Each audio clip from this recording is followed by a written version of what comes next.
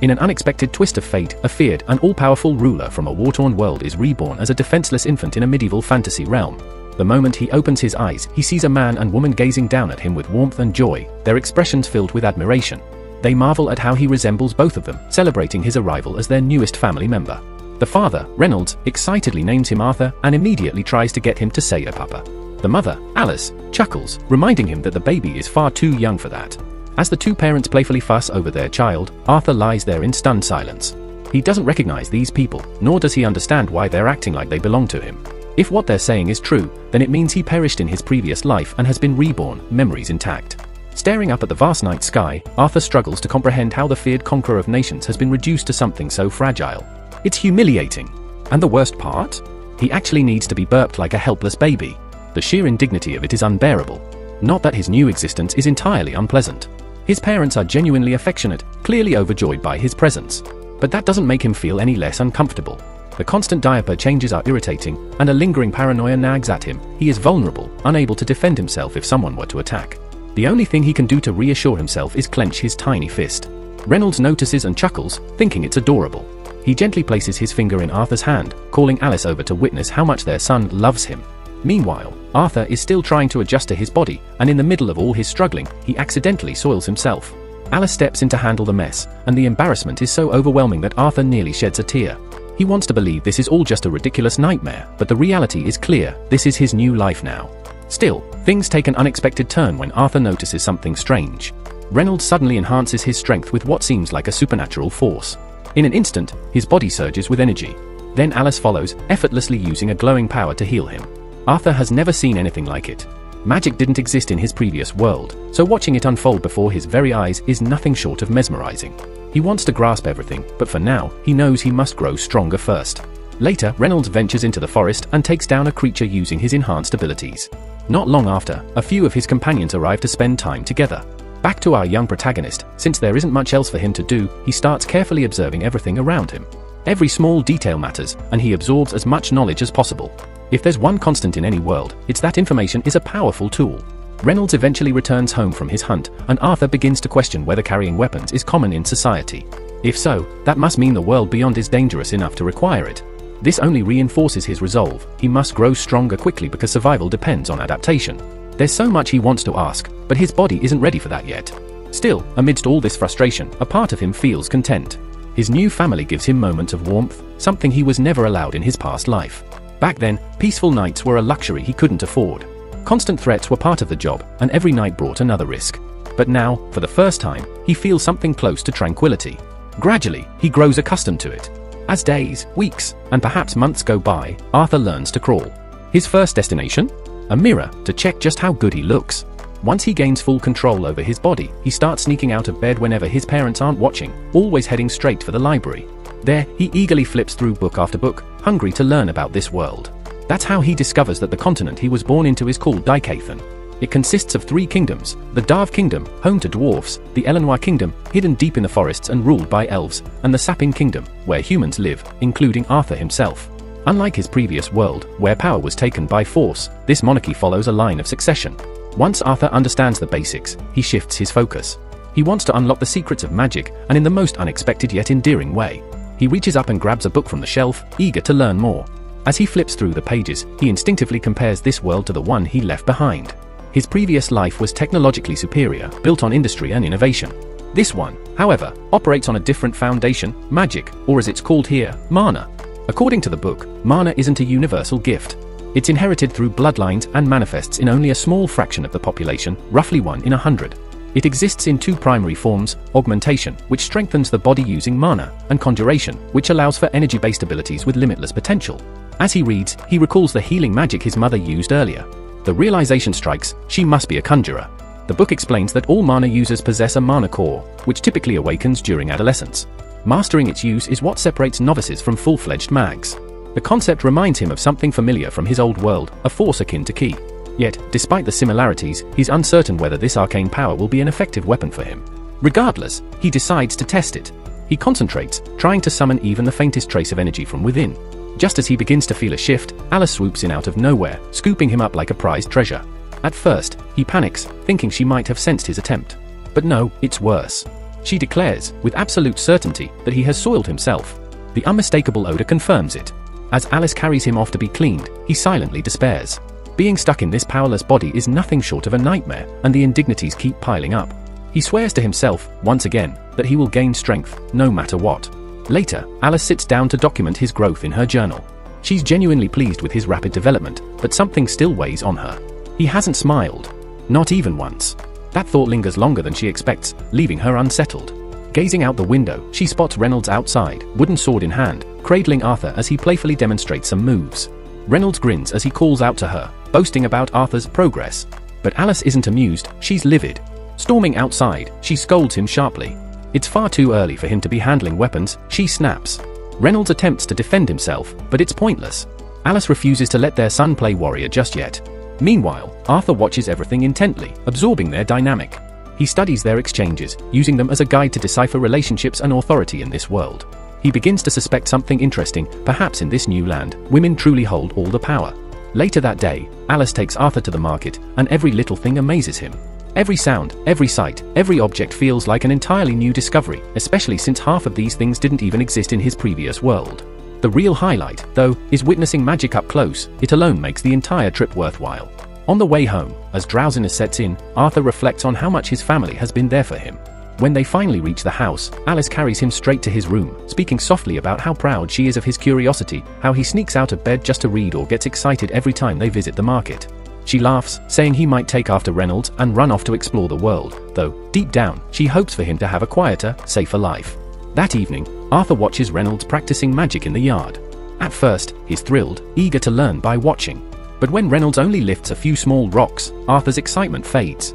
Before he can feel too disappointed, Alice reassures him that Reynolds is just getting started. Sure enough, moments later, Reynolds channels more mana and begins displaying incredible skills. Arthur quickly realizes his father is an augment, someone who enhances their physical abilities with mana.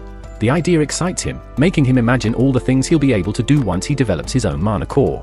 Just as he's lost in thought, Alice picks him up, reminding him it's bedtime. On the way to his room, he spots a book on the shelf and immediately reaches for it, pleading to read. At first, Alice resists, but seeing his eyes light up, she gives in, letting him read for a bit. Flipping through the pages, Arthur recalls everything he's learned so far, all the steps he needs to form his mana core. Determined, he closes his eyes and starts channeling mana, drawing energy toward a single point. His parents assume he's fallen asleep, but suddenly, a powerful explosion shakes the house. Without hesitation, Reynolds shields Alice, taking the full brunt of the blast across his back. Though injured, he quickly ensures Alice is unharmed before both of them rush toward Arthur's room, only for their hearts to nearly stop at what they see. Arthur is floating in midair, descending gently as if it's completely natural. In that breath-stopping moment, the ceiling above begins to crumble. Too young to react in time, Arthur is vulnerable, but his parents leap into action, shielding him from the falling debris.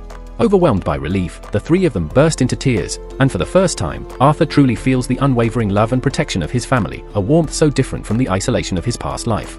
The realization moves him deeply, and for the first time, he cries, not out of sorrow, but out of something much more profound. We shift back to a memory from Arthur's past life, where he once reigned as King Grey. During his rule, a royal servant was discovered plotting to assassinate him. By royal decree, the punishment should have been immediate execution. However, his council opted instead to banish the man and his family back to their native land. The traitor, knowing full well what awaited them there was far worse than death, was gripped by fear. He dropped to his knees, begging King Grey to show mercy, if not for him, then at least for his wife and child. But Grey, showing no emotion, ended both their lives in front of the man. It wasn't vengeance. It was his own warped version of mercy. He understood that dying by his hand would spare them the cruelty of what their homeland had in store. Shockingly, the assassin, shattered and hollow, thanked him. Now reborn, Arthur has just turned 4. He's training with his father, Ray, who gifts him a set of combat gloves, identical to his own. Arthur respectfully declines, choosing to stick with his wooden sword. He explains that the gloves would reduce his reach and put him at a disadvantage due to his small build. Ray doesn't argue. Instead, he nods and they begin their usual sparring session. But today, something changes. Mid-fight, Arthur channels mana into his sword for the first time, catching Ray off guard. With that sudden boost, he effortlessly disarms his father. It marks Arthur's first victory in their matches, and Ray is left speechless, stunned by his son's rapid progress. That evening over dinner, Ray brings up the idea of getting Arthur a Rael teacher. He's starting to realize his own lessons might no longer be enough. Alice strongly objects. To her, hiring a tutor means sending Arthur alone to the city at just 4 years old.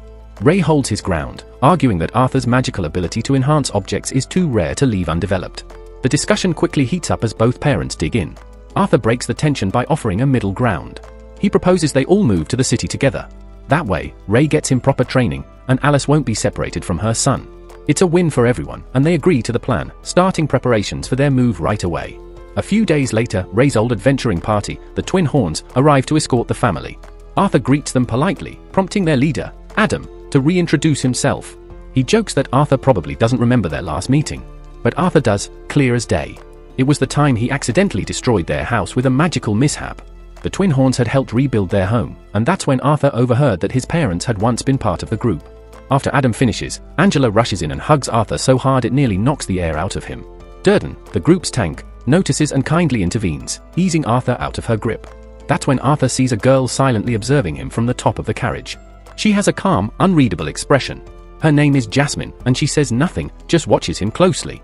Arthur is momentarily captivated by her gaze. Then Helen walks up, greets him warmly, and introduces both herself and Jasmine with a cheerful smile. With introductions finished, the group began their trek towards Zira City. As they traveled, Arthur found himself quietly comparing this old-fashioned way of transport to the advanced tech of his past life, where flying vehicles were the norm. Still, he didn't complain. His mother was beside him, cheerfully chatting, making everything feel warm and familiar. Their journey included several stops, and during one break, they were suddenly attacked by a group of wild wolves. It was Arthur's first real exposure to the dangers of the outside world. But Jasmine didn't hesitate. She reacted instantly, her daggers gleaming as she tore through the creatures effortlessly. Ray, Adam, and the others quickly followed her lead, stepping in to finish the job. Arthur stood back, observing intently, and that moment sparked a fire in him. He swore to himself that one day, he'd stand beside them in battle. That evening, as they settled in for dinner, Arthur noticed something odd.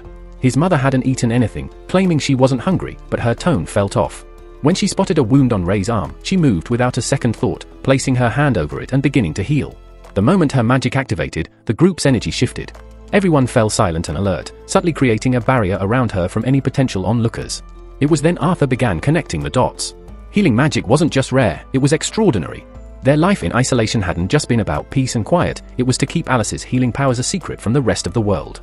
Later that night, Adam pulled Arthur aside, curious to see for himself if Ray's stories about his son's talent were true. The rest of the team joined in, clearly eager to watch. What should have been a small test turned into a full-scale showcase. Arthur, still only 4 years old, quietly questioned whether anyone was worried about his safety. This was his first real match against someone besides his father. Unlike Ray, who used a harmless training stick, Adam came in with an actual spear, its tip dulled with cloth but still dangerous. As soon as the spar began, Adam powered his weapon with mana, and Arthur instinctively matched him, charging his body with magic, but he didn't stop there. He channeled energy into his legs, rocketing forward with explosive speed. In an instant, he slipped between Adam's legs and landed a clean hit before darting away. The audience was stunned into silence by the sheer speed and accuracy of the move. The duel continued, and this time they clashed directly. But the difference in strength was glaring. Arthur's body lacked the raw power to match, and the next strike sent him flying. He was tossed like a doll through the air, the impact brutal. In that moment, Arthur realized just how fragile his young body still was. Before he hit the ground, Angela reacted swiftly, using wind magic to cushion his fall and lower him gently. Durden stepped in immediately, calling out Adam for going overboard. He reminded him that it was just a spar, not a battlefield. Adam raised his hands in surrender, admitting he got carried away, but only because Arthur's technique had completely thrown him off. He turned to Ray and asked what kind of intense training he'd put the kid through to make him this sharp at such a young age. Ray just shrugged and said he hadn't done anything at all. Not far off, Arthur notices Jasmine watching him with her trademark stare, piercing and unwavering. She bluntly demands to know how he fights the way he does, insisting that he teach her. From her flat expression, Arthur quickly figures out that she won't let this go anytime soon. The next day, the group resumes their journey and eventually halts at a peaceful, wide clearing, perfect for squeezing in some training. Adam jumps in to give Arthur a few pointers with the spear, while Ray flexes exaggerated muscle poses to show off to his son Bob, who plays along without complaint. Afterward, Helen takes over for a brief archery lesson, and before long, Arthur's arrows start hitting center with near-perfect accuracy. Once training winds down, Jasmine finally gets her turn. She's clearly been waiting for it, and unexpectedly, she picks up the fundamentals faster than Arthur had anticipated. That evening, while Arthur reads quietly, Jasmine ends up staring at him again, like she's studying his face for answers to questions she hasn't even asked. Before long, it stops being a stare and starts bordering on something closer to a silent obsession.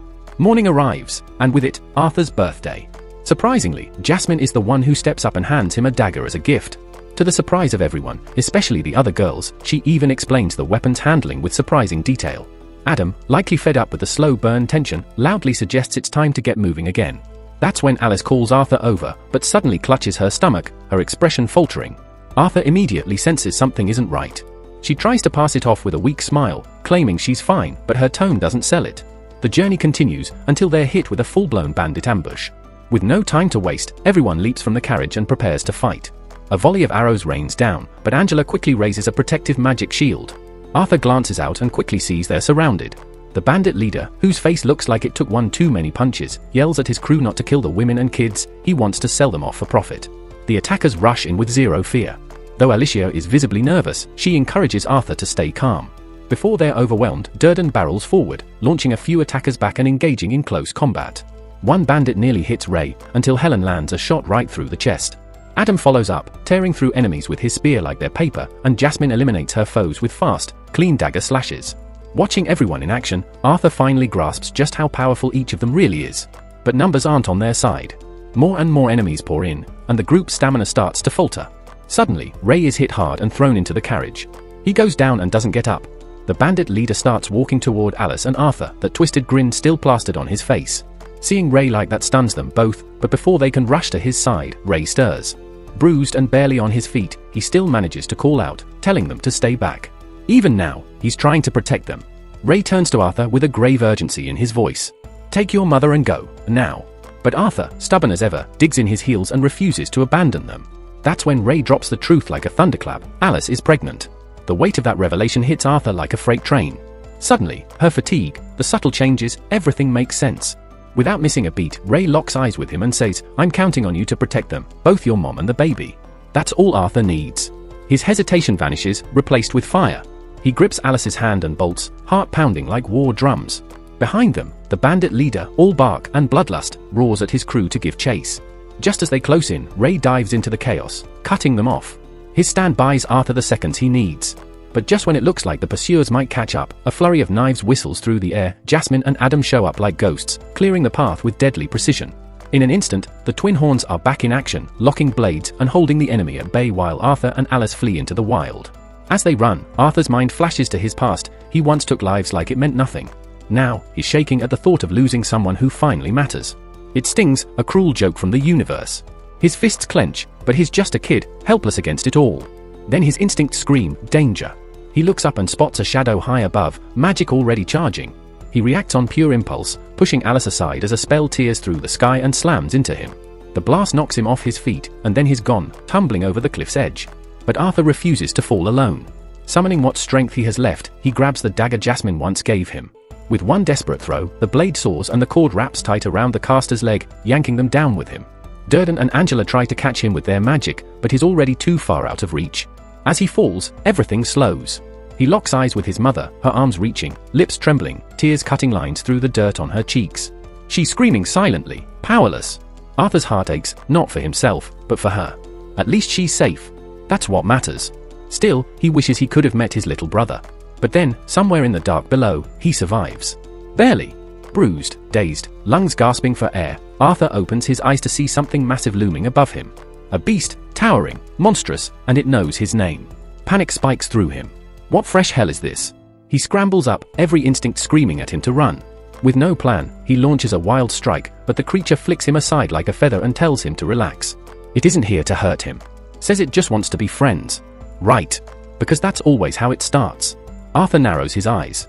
Trust isn't exactly his strong suit, especially not with nightmare creatures talking friendship.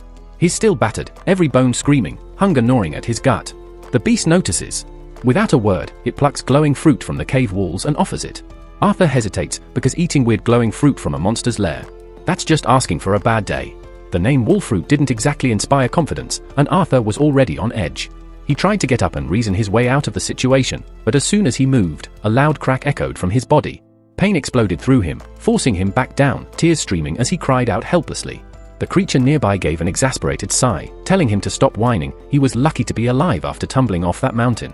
Arthur wanted to ask 1,000 questions, but the beast made one thing clear, no answers until he ate. Left with no other choice, Arthur reached for one of the odd fruits and took a bite. To his surprise, it was delicious. Before long, he was devouring them in handfuls like a starving child at a banquet. Once he'd eaten his fill, Arthur turned back to the creature and asked if it knew anything about his parents or what happened after the ambush. The creature explained that it couldn't leave the cave, but it had the ability to observe the world beyond. To prove it, it conjured a floating image in the air.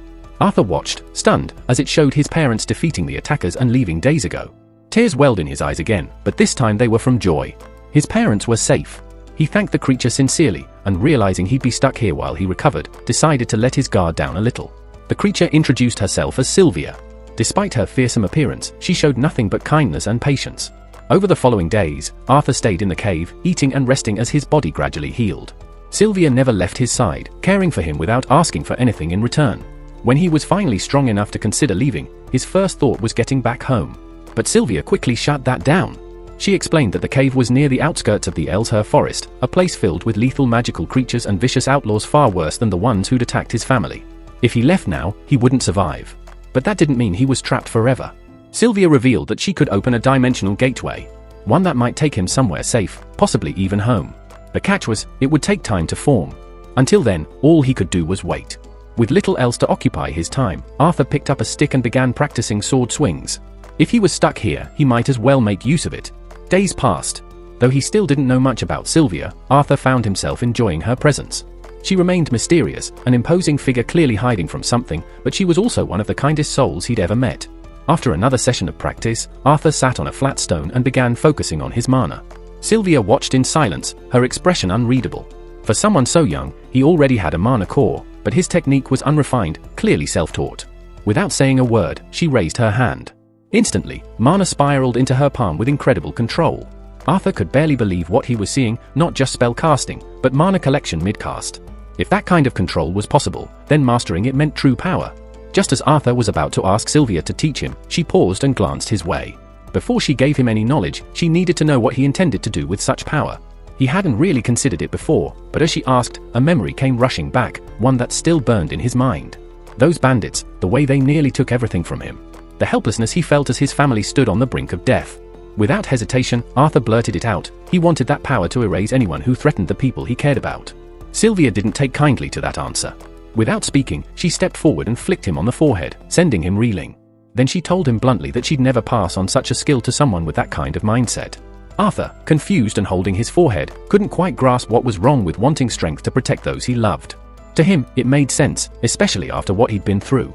Sylvia leaned in and softly placed a single finger on his forehead. Her voice was calm as she told him that the same finger could have crushed his skull, or, like now, could simply rest there with care. Then she asked, which feeling would he rather carry with him? Arthur chose the gentle touch, of course. She explained further, rage and vengeance are tempting paths, but they only lead to destruction. They're easy to follow but hard to leave behind. She didn't want him throwing his life away chasing shadows. So, once more, she asked what he truly wanted that power for. This time, Arthur stopped and really thought. Not about pain or fear, but about the people who made life worth living. Their laughter, their faces, their warmth. And with those memories in his heart, he told her he wanted the strength to keep them safe. That, finally, made Sylvia smile. It was the answer she had been hoping for. Meanwhile, outside the safety of the cave, another presence crept closer, something eerily similar to Sylvia. It had been hunting her, and now it had arrived. In his past life, Arthur had been a king, but not one with real control. The council held the reins. He had merely been a weapon, a tool used to wage wars and silence opposition. That role had left him bitter and hollow. But this world, and Sylvia's guidance, offered him a different path. She began training him, showing him how to gather ambient mana and compress it. Arthur followed her steps closely. It took some effort, but soon enough, he succeeded, pulling in the energy and channeling it through his body. The power surged through him, alive and raw. Overcome with awe, he rushed towards Sylvia to thank her, but suddenly, she stiffened. Her eyes sharpened as if she sensed something coming. Without a word, she shoved Arthur behind a pile of rocks and whispered a warning to stay hidden and silent.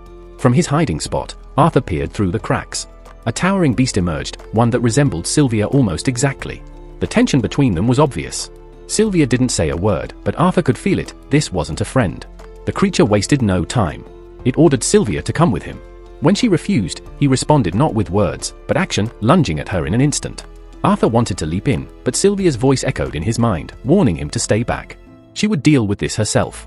The stranger gave her one final warning. He didn't want to kill her, but would if forced. Sylvia's reply was fierce and final. She said she'd rather fall in battle than obey someone like him. And then, Arthur witnessed it, her transformation. Sylvia's true form erupted forth. a dragon radiant with raw mana, energy crackling through the air. In that moment, Arthur saw her full might unleashed. Sylvia gathers her remaining strength and unleashes a massive wave of energy at the towering beast before her. It raises a barrier just in time, deflecting the worst of the blast. Gritting its teeth, it warns her that pushing herself like this will kill her in her condition. But Sylvia is unshaken, she's lived through centuries and carries no regrets. This moment is all that matters. With a final surge of willpower, she drives the creature back and slams it against a crumbling wall. He recovers almost instantly, retaliating with a relentless storm of magical attacks. Sylvia absorbs each hit, wincing, but her attention isn't on herself, it's on the boy she's hidden nearby. The battlefield is creeping dangerously close to where she concealed him. When the enemy gathers energy for a final, devastating blast, Sylvia knows dodging isn't an option, Arthur's life would be at risk. So she does the unthinkable, she halts time itself. In the frozen stillness, she calls Arthur from his hiding place. The moment he steps out and sees her in her true form, a dragon, his eyes widen with awe and confusion. Questions swirl in his mind, but there's no time to answer. Her time-freeze spell is already breaking down. She tears open a dimensional rift she's been preparing in secret, but her injuries have taken their toll. The portal destabilizes, leading not to his home but to some unknown location, most likely a wilderness.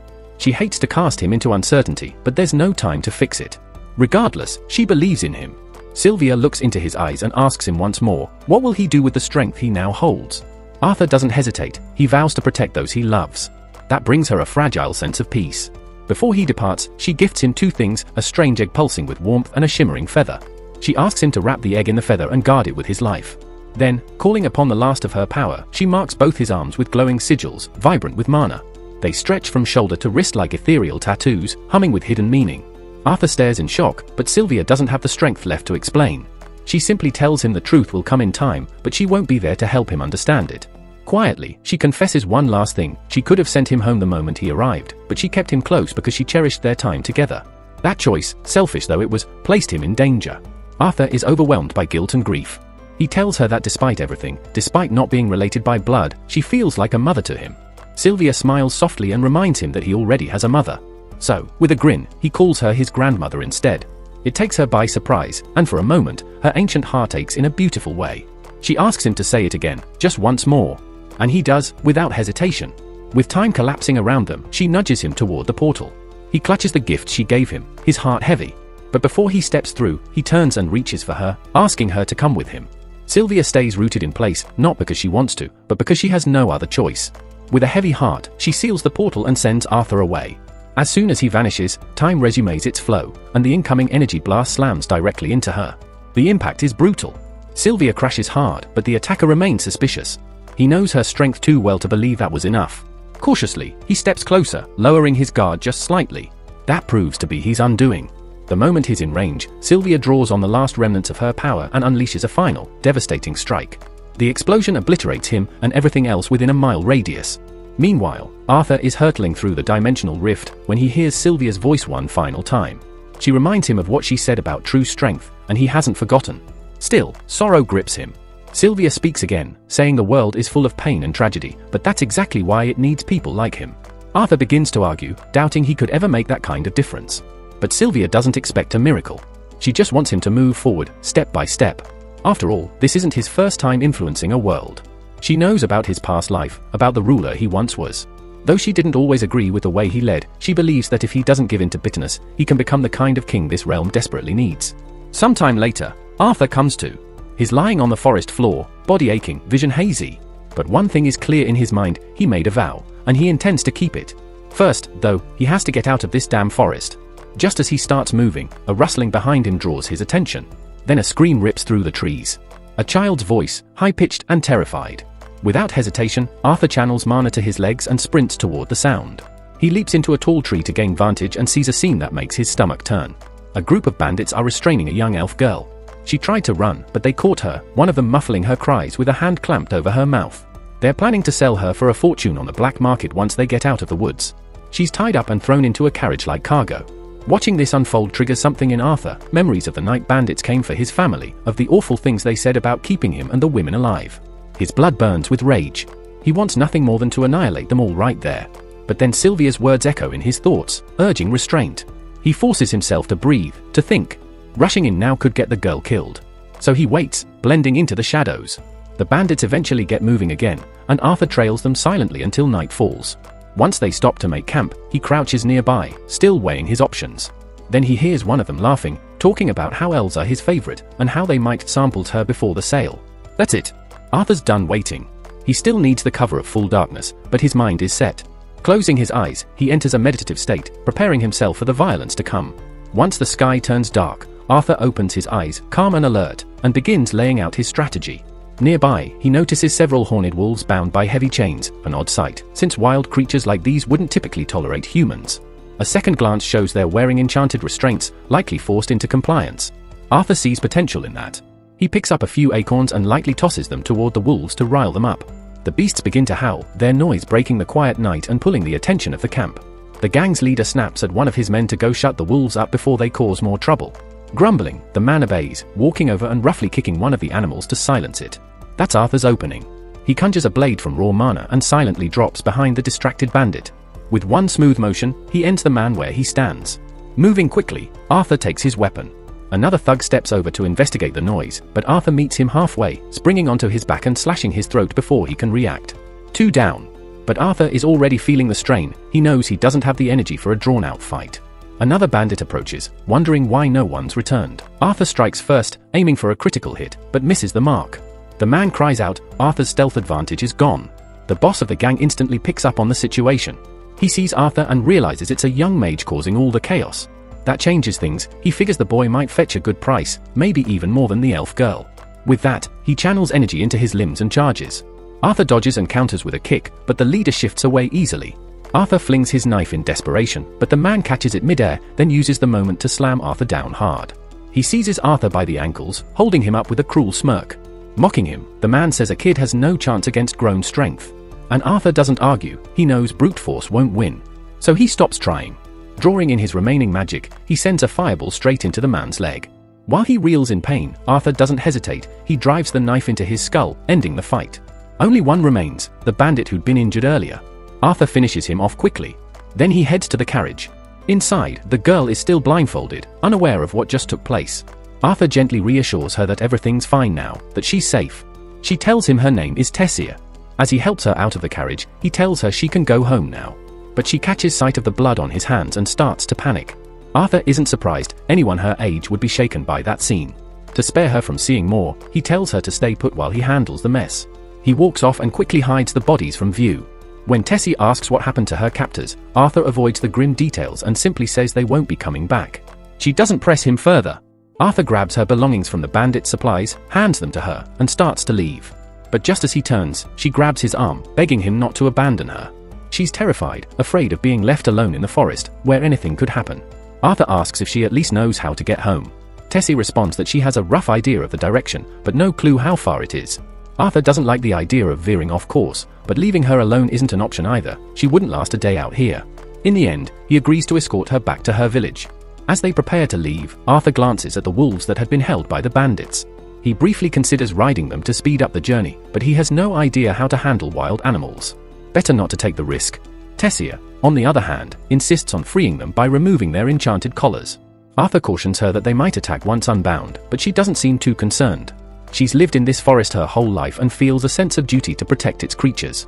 She takes off the collars, and, to Arthur's surprise, the wolves quietly slink away into the forest without causing any trouble. The next day, the two are already moving in the direction of her village. After a few hours of walking, they stop for a break. Arthur prepares a basic stew and urges Tessia to eat. There's still a long journey ahead, and she'll need strength. She wrinkles her nose at the taste. The stew smells odd and is just salted dried meat in water. Nothing fancy, but it's food. As they eat, Tessia gets curious and asks what brought Arthur to Elshire Forest in the first place. It's not often a young human turns up here. Arthur tells her he got separated from his family and wandered in by accident. Since they're already talking, he flips the question and asks her about living in the kingdom of Eleanor. That gets her excited. She starts gushing about it. Her parents are usually too busy with official duties, so she spends most of her time with her grandfather and their household attendant. As they continue down the trail, the uncertainty grows. Tessia doesn't actually know how far the village is. To make matters worse, one of the wolves she freed earlier has been following them at a distance. Arthur starts thinking he should have dealt with the wolves back then. That night, he chooses to sleep outside the tent, wanting to stay alert in case the wolf gets too close. But not long after, Tessia sticks her head out and pleads with him to come inside.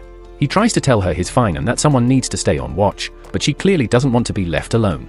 Eventually, after some coaxing, he gives in and joins her in the tent.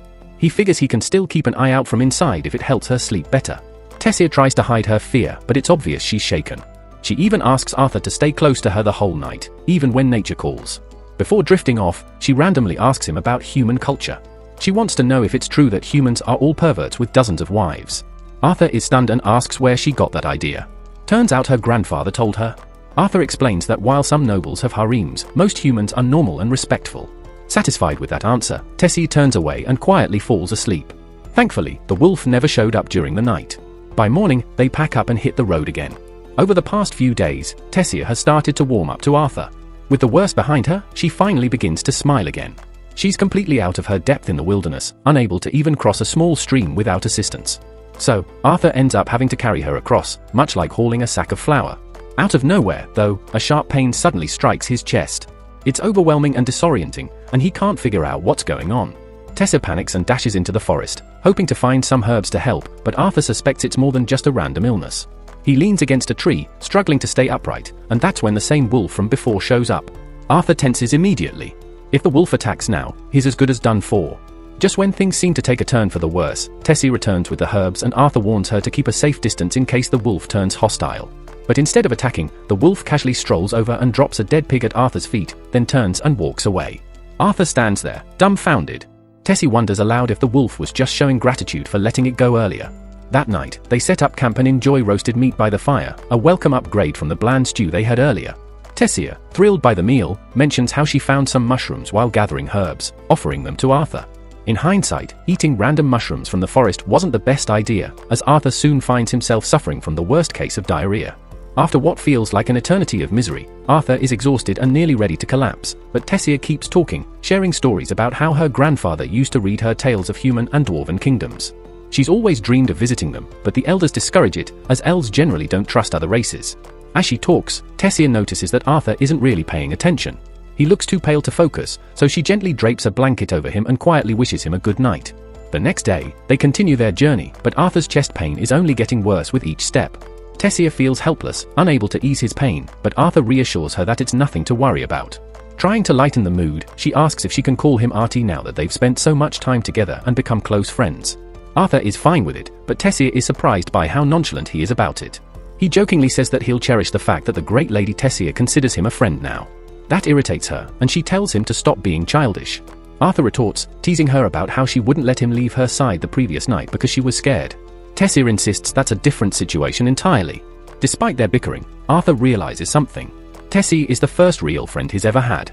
Not just in this life, but even in his past life, he never had anyone get this close to him. Just then, Tessia spots something ahead that catches her attention. She calls Arthur over to take a look. Expecting her to show him a strange rock or some cool stick, Arthur walks over. But instead, he finds himself standing in front of a massive tree with a glowing portal embedded in the trunk. Tessia turns to Arthur, gesturing to the entrance of her village and extending her hand, inviting him to follow her inside. However, as soon as Arthur steps into the elven village, he's immediately surrounded and faced with drawn swords. He glances at Tessia, hoping she'll vouch for him, but to his shock, she remains silent, staring at him with a cold expression. Arthur's heart sinks as he assumes Tessia has lured him into a trap to be killed. He curses himself for trusting anyone again, especially after all the betrayals he's suffered in his past life. As the guards prepare to execute him, Tessia watches in silence, and for a moment, Arthur believes she's complicit. But she wasn't behind any of this, she simply didn't speak up earlier. When she hears the guards planning to kill him, she finally steps forward and orders them to stop. One of the guards insists that Arthur is a threat, but Tessia stands firm, asserting that Arthur isn't dangerous. In fact, she owes her life to him. Her words should have been enough to stop the guards, but one accuses Arthur of manipulating her into trusting him and still wants to carry out the execution. Before the guard can act, a man appears in a magical light and commands the guards to release Arthur. This man is Virion, Tessia's grandfather and the former ruler of the elven tribe. Unlike the others, Virion remains calm and believes Tessia's account. He even apologizes to Arthur for their harsh treatment, explaining that they were suspicious due to Tessia's return with a human. Arthur, relieved to be spared, is also stunned to learn that Tessia is royalty. She never mentioned it during their entire journey together, and he wonders why she kept such an important detail to herself. Just then, Tessia's parents arrive, having been informed of their daughter's safe return. Tessia joyfully runs to embrace them, and it becomes clear that her parents are the king and queen of Eleanor. However, unlike Virion, they are not as understanding. As soon as Tessia's father sees Arthur, he demands an explanation for why a human is in his kingdom. He orders the guards to seize Arthur and execute him immediately. But no one moves, as Virian's orders still stand, and none of the guards dare defy him. Virian steps forward and informs the king that Arthur is the one who saved Tessia and escorted her home, and they cannot treat him as a criminal. Tessia insists that Arthur be treated as an honored guest in the palace, but her father hesitates. It is forbidden by tradition for humans to enter the elf kingdom, let alone the royal castle. Still, he begrudgingly agrees to give Arthur a proper welcome, rather than face Tessia's anger. With the misunderstanding resolved, preparations are made to return to the castle. Before they depart, Virian quietly asks Arthur if they can speak later in private. Arthur senses the weight of Virian's presence, realizing just how formidable the old man truly is. But with little time to ponder, Tessia eagerly grabs his arm and pulls him along, excited to show him around. This marks Arthur's first visit to the elven kingdom, and he's awestruck by how strikingly different it is from the human lands. However, the deep-seated prejudice toward humans is impossible to ignore. Every elf they pass stops to stare, making Arthur feel like an outsider as he walks beside Tessia toward the palace. Yet, no one dares speak out of line, as Arthur is officially recognized as a royal guest. Tessia is the only one treating him kindly, but Arthur can't help but wonder why it took her so long to speak up when the guards nearly executed him. Suddenly, a sharp, intense pain flares in Arthur's chest, more excruciating than before, but he still has no idea what's causing it. Upon arriving at the castle, Tessia is greeted by her attendants. She instructs them to treat Arthur with respect and kindness, regardless of his human status. After ensuring he's taken care of, she turns to Arthur, asking if he wants to play with her. Arthur, however, says he needs to speak with her parents first, figuring they'll want to know the full story of how Tessia was rescued and how they managed to return home. The group proceeds to the audience chamber, with Tessia refusing to be left behind. As they prepare for a serious discussion, Tessia suggests they bring in some treats to enjoy during the talk. What was about to be a tense conversation now feels more like a casual tea party, but the matters at hand are still critical. Tessia's father introduces himself formally as Alduin, the king of Eleanor, with his wife, Muriel, and his father, Varian, standing by his side. Arthur introduces himself humbly as a boy from a small village in Seapen, acknowledging that someone of his background, a human, would never normally be granted access to Eleanor or stand before the royal family. He expresses his sincere gratitude for their hospitality. Alduin raises an eyebrow, impressed by Arthur's maturity despite his youth, but his tone shifts to seriousness as he demands a full account of what happened to Tessia and how she went missing. Arthur recounts the story, detailing how he was separated from his family during a bandit raid and found himself lost in the elven forest, carefully leaving out his encounter with Sylvia in the cave. He continues, describing how he came across Tessia, who was being taken by slave traders. Alduin's face hardens in fury upon hearing this, but Arthur calmly points out that while humans are often blamed for the slave trade, elves have participated in it as well. Alduin says nothing, and Varian then asks Arthur how he managed to free Tessia from the traffickers. Arthur simply replies that he eliminated them all. One of the guards suddenly breaks his silence, blurting out that there's no way a child could have taken down slave traders single-handedly. Before he can say more, Varian cuts him off sharply, reminding him that unless he wants to lose his position, he'd better hold his tongue. Arthur's composure shows no signs of dishonesty, prompting Alduin, albeit reluctantly, to accept his account as truthful. With the situation now clarified, Arthur takes the chance to make a request. He explains once again that he was left stranded in the forest following the ambush and politely asks if they could assist him in returning to his homeland. The very idea of a human making such a request to the royal family of the elves causes Alduin to grit his teeth in frustration. However, considering Arthur ensured Tessia's safe return, it seems only fair to repay his act of goodwill. Refusing him would also mean dealing with Tessia's inevitable outburst, a situation Alduin has no desire to face. With a reluctant sigh, Alduin agrees to help, but he also informs Arthur that the teleportation gate leading to Sapin is currently inaccessible. It only opens once every 7 years during the summit of the 3 tribal leaders, and since the last summit occurred 2 years prior, the next activation won't happen for another 5 years. Arthur finds the delay unacceptable, and Alduin is equally unwilling to host a human in Eleanor for that long. So, he declares that a squad of guards will be arranged to escort Arthur home by land instead. Though he wants Arthur gone as soon as possible, the late hour persuades him to allow the boy to rest for the night within the palace, with plans to depart in the morning. Arthur expresses genuine appreciation for the assistance, though a growing ache in his chest causes him concern. Varian silently notes the discomfort Arthur is clearly trying to hide. Soon, preparations are made, and a room is provided for Arthur inside the castle. As he settles into a warm bath, the pain in his chest only worsens, igniting a flicker of worry that something more serious might be at play. Afterward, hoping fresh air might help, he steps onto the balcony. The cool breeze brings minor relief, but unease lingers. He realizes he'll need to address this issue soon before it becomes dangerous. While scanning the night sky, his eyes drift to another balcony above, where Tessia stands with her parents. The sight stirs memories of his own family. He still doesn't know if Rhea and Alice made it out alive after the ambush. Despite the uncertainty, he has faith in their strength. They've always been survivors. Still, he yearns deeply to see or hear from them. Tessia, noticing Arthur below and sensing something is off, waits until her discussion with her parents ends before seeking him out. Once she reaches him, she offers an apology for how coldly her father treated him. Arthur, however, waves it off, saying he understands. Given the long-standing tensions between humans and elves, Alduin's mistrust makes sense, especially when his daughter is involved. Their talk turns toward family again, and Arthur shares his growing anxiety that his parents might resent him. He fears they blame him for everything that's happened. After all, their journey was meant to benefit him. The guilt weighs heavily, especially since he failed to protect them and became separated. Before those thoughts can consume him further, Tessia gently grabs his face, shaking her head to snap him out of it. She doesn't know his parents, but if they're anything like hers, she believes without a doubt they'll be thrilled to see him again, safe and alive. The hallway was suddenly filled with the gentle glow of countless fireflies, surrounding Arthur like a soft, radiant cloud. In that moment, as he gazed at the lights, his thoughts drifted back to the smiles of his parents. Since his rebirth in this world, they had always shown him love and care. So why, in this moment, did he feel that they might despise him? The scars of his past life had begun to cloud his judgment, filling him with unwarranted doubts. He had even questioned Tessia's loyalty earlier, suspecting she might betray him. But now, as he looked at her, all he could see was a girl full of sincerity, someone who would never harm a friend. Suddenly, Arthur noticed something heading directly for Tessia. Reacting in an instant, he caught it with ease and infused his mana, preparing to strike whoever had dared to attack her. To his surprise, it was Virion who had launched the projectile. Arthur couldn't believe it, Virion, attempting to harm his own granddaughter? However, Virion explained calmly that he had no intention of hurting Tessia.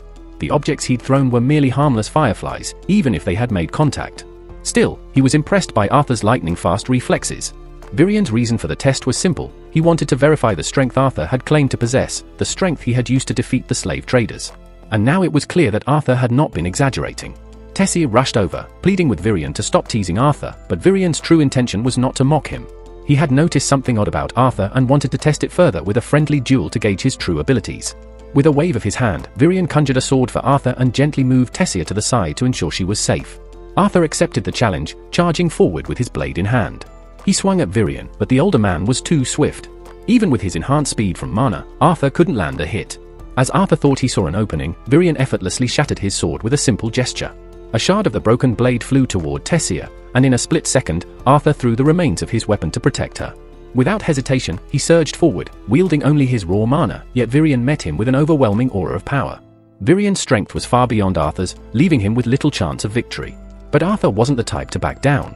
Despite being thrown back by Virion's force, Arthur pressed on, and in a rare moment, he landed a blow to Virion's forehead. It didn't cause harm, but Virion was genuinely impressed that Arthur had managed to slip through his defenses. Virion was eager for another round, but before they could continue, Tessia pinched him playfully and scolded him for picking on Arthur. Arthur reassured her that it was fine, even admitting that it felt like an honor to spar with someone as powerful as Virion. At that moment, Virion revealed his true purpose. He wanted to take Arthur as his pupil. Arthur was taken aback and asked if Virion was serious. Virion, never one for jokes, asked again, this time directly, would Arthur accept his offer. Arthur hesitated, unsure of what to say, especially since he still hadn't figured out how to contact his parents. Virion, sensing Arthur's concern, assured him that if that was the issue, he knew a way for Arthur to speak with his parents immediately. Arthur was intrigued, but before he could respond, a sharp pain suddenly pierced his chest. Virion, sensing the cause, explained that Arthur had inherited the will of a beast. Unless he accepted Virion's offer, the beast's power would eventually claim his life. And with that, episode comes to an end.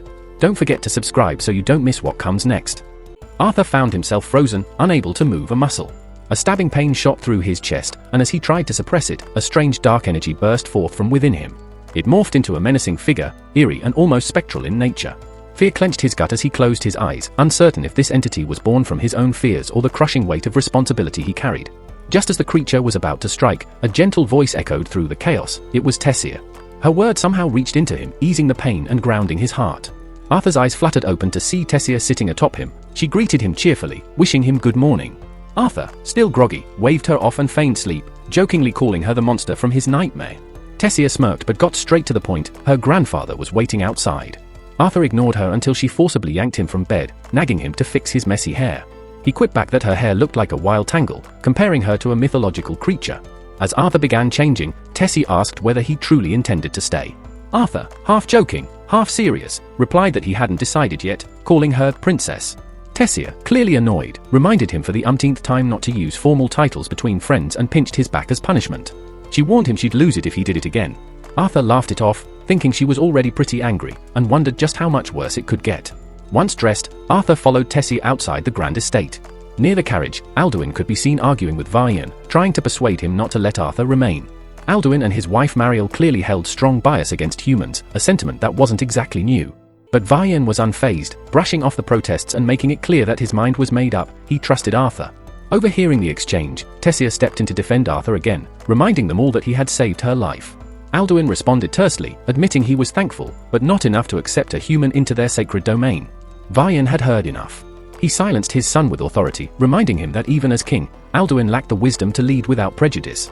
With that, he motioned for Arthur and Tessia to board the carriage. As the carriage rolled forward, Tessia dozed off against Arthur's shoulder. Vian noticed and told Arthur to let her rest, explaining she'd woken early due to the significance of the day. It would determine Arthur's path moving forward. He then sighed, confiding that Tessia had lived an isolated life. Despite being surrounded by people, she had no real friends. Everyone who approached her had tried to use her in some way. That's why she'd grown wary, keeping her distance from others. After hearing everything, Arthur finally understands why Tessia gets upset whenever he refers to her formally as princess. Vian shares that Tessia only truly smiles when she's with Arthur, and expresses his gratitude to Arthur for being such a close friend to her. This makes Arthur realize just how much Tessia values their bond. Seeing Varian's warm and genuine nature, Arthur feels he can fully trust the elderly man from now on. Not long after, the carriage pulls up to their destination, stopping in front of a peculiar home that reminds Arthur of something straight out of a fantasy tale. He wonders about the occupant of such an unusual place and what kind of person could be important enough to warrant a personal visit from a former king. To Arthur's surprise, the usually regal Vian drops his royal demeanor and begins pounding his foot on the door, calling out to the occupant, a woman, by referring to her as an old witch. When there's no response, Vian presses his ear to the door, only to be suddenly launched backward as the door swings open forcefully. A cranky old woman stands there, scolding him for yelling when she could hear him just fine. Picking himself up, Vian introduces her to Arthur and Tessia as Renia Darkassin. He explains that she's a talented mage, one capable of helping Arthur with his request. Arthur, relieved and respectful, expresses how honored he is to meet someone of her caliber. Renia appreciates his manners and welcomes them inside. Once in, Arthur scans the room but sees nothing beyond a plain bucket filled with water. Curious, he asks how she intends to help him reach his parents without any magical tools or equipment in sight. Renia explains that she's a seer, a rare type of mage who can glimpse into moments of the past and future. She attempts to use her powers on Arthur, only to be startled by how little she can actually see, remarking that he is unique. Arthur clarifies that he doesn't want to see the future, he just wants a way to send a message to his parents and let them know he's okay. Understanding his wish, Renia tells him to look into the water's reflection and concentrate on his parents. As Arthur follows her instructions, she casts her magic, allowing him to glimpse into the lives of his mother, Alice, and his father, Ray. Arthur sees them sitting together, quietly eating lunch, their eyes still full of sadness. Today is Arthur's birthday, and they're both still grieving the son they lost. Ray, who now works as part of the city's security force, lives with Alice in a mansion, caring for her and the child she's expecting. As emotions overwhelm them, Arthur speaks, his voice reaching through the magic. He reassures them that he is alive and safe in the land of the elves.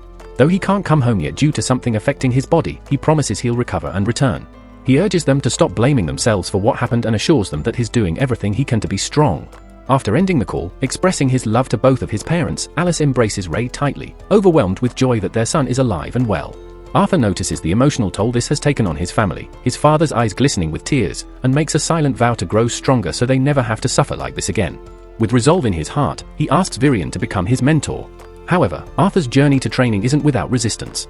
The idea of him living in the elven city stirs unease, especially for Alduin and Mariel. Having a human in their midst isn't something that brings comfort to many. To address the matter, Virian and Tessia go to speak with Alduin again. Tessia defends Arthur passionately. She reminds her father that this boy, whom they now hesitate to welcome, has saved her life not once but twice. She argues that turning him away would only show that elves repay kindness with hostility. Alduin remains unmoved, insisting that the well-being of his people takes precedence, and he doubts they will accept a human among them. Virian steps in as well. Though he has never taken on a student before, he assures Alduin that asking Arthur to become his disciple was not a decision made lightly. Virian's belief in Arthur should speak volumes. Torn between his daughter, his father, and his duties as a ruler, Alduin finally agrees to let Arthur remain. Still, Alduin voices one lingering concern: how the rest of the elves will react. He asks who will take responsibility if something goes wrong. Without hesitation, Virian says he will. Satisfied, Alduin and Mariel step outside to officially greet Arthur. Alduin addresses Arthur directly, acknowledging his prior harshness. He explains that it wasn't personal, it was the result of deeply rooted prejudice toward humans. Arthur notices a visible shift in Alduin's demeanor. The same man who had once rejected him now offers a sincere welcome. Alduin's affection for his family clearly drives his actions. He extends his hand to Arthur in a rare show of acceptance. But Tessia decides to take it further. She proposes to her father that if he's truly at peace with Arthur staying, he should allow her to take Arthur into the city for a proper tour. Given that the entire city likely already knows of Arthur's extended stay, Alduin sees no reason to refuse. Tessia beams and grabs Arthur's hand, eagerly leading him through the city. Arthur is captivated by his first real glimpse of the elven capital. The people, their attire, and their customs are all new to him. Tessia excitedly points out a popular shop known for its fruits and snacks, urging him to hurry so they can beat the crowd. As they make their way there, an elf deliberately bumps into Arthur. Being polite by nature, Arthur brushes it off and apologizes, but the young elf sneers at him in disgust. The boy hurls a comment, claiming that Arthur's human presence has defiled him. He continues, stating that no matter how much Virion wants Arthur in their city, he'll never be truly accepted, because to them, he's just a human. Normally, Arthur wouldn't dream of acting out in a playful way here, but ever since spending time with Tessia, he's picked up a few childish traits, and now seems like the perfect moment to let them shine. When another boy approaches, warning Tessia that hanging around someone like Arthur could tarnish her image, Arthur listens with mild amusement. The boy introduces himself as Faereth Ifsar, proudly revealing his noble background, and promptly offers to escort Tessia home. Tessia immediately calls him out on how inappropriate that was, but Arthur has something far more entertaining in mind. With a mocking bow, he purposefully mispronounces Faereth's name as Ivysaur, twisting it into something embarrassing. Tessia quickly catches on to his joke and can't help but laugh, while Faereth clearly realizes he's being ridiculed. Trying to save face, and clearly offended, Faereth throws down a challenge, a duel. It's an unusual demand in the middle of the city, and the surrounding adults all pause to witness what's about to unfold. Turning it down would mean Arthur is admitting defeat and would shame both Viron's name and even the royal family, so despite Tessia's insistence that it's unnecessary, Arthur accepts. Faereth smugly asks Tessia to act as referee, and the match is set. Charging in with confidence, Faereth tries to prove himself. But Arthur lands a single strike that knocks the noble flat, his eyes rolling as he crashes to the ground. Tessia shows no surprise. She had warned him earlier that Arthur wasn't to be underestimated, and since he ignored her, she figures he got what he deserved. Without skipping a beat, Tessia grabs Arthur's hand and urges him to flee the scene with her. He laughs and runs beside her. As days pass, Arthur becomes more comfortable with Tessia and enjoys being around her. They start spending more time together, sharing meals, going on outings, and even reading side by side. Whenever an elf tries to mess with him, Tessia is there in an instant to back him up. After one of their outings, she stands by a railing and chats with him. His official training is set to begin the next day, and she's curious about how he feels. She notices something off in his expression and gently asks if something's bothering him, maybe he's doubting whether he still wants to go through with it. Arthur recalls a recent talk with Viron. During that conversation, Viron reminded him how alone he really is in this unfamiliar land, no family, no close allies.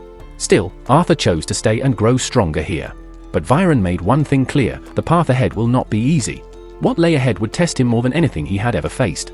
Still, he understood that enduring the trials and learning from them would shape his future. Viron gave him one final chance to walk away, asking if he truly wanted to continue. He confirmed that he did. Viron told him to ignore the ache in his mana core for the time being. Then, turning toward Tessia with a spark of energy, he expressed his excitement about beginning their training the next day. He admitted that while he'd been through many difficult moments, even fighting alongside his father, none of it could compare to what he was now preparing for. Yet, he remained confident that he would rise to the challenge. Tessia extended her hand as well, pledging to give it her all. He was momentarily confused. What exactly did she mean? Tessia clarified with a grin, she would do her absolute best not to fall behind and to match him step for step. She didn't want him to get too far ahead. He smiled, silently accepting the challenge. The next morning marked the official start of their training. Standing before Viron, he listened carefully as the path ahead was laid out. As the training began, he reflected on how life in the Elven Kingdom moved at a different pace, faster, more intense. Though he'd only been here a short while, he was already learning and evolving. He had chosen to remain, believing it was the right path to secure his destiny. Even though the details of his journey were still unclear, one thing was certain, he believed in the brightness of his future. I genuinely hope the best for him and can't wait to see where this journey leads. Time passed, and even Tessia had made great strides in her mana control. One morning, she came to wake Arthur, who wouldn't get up at first, so she used a little magic to do it. Startled, he shouted in protest, asking why she didn't wake him more gently. She just grinned, knowing full well that she had tried that first. Thanks for watching. Please like, share, and subscribe for the next part.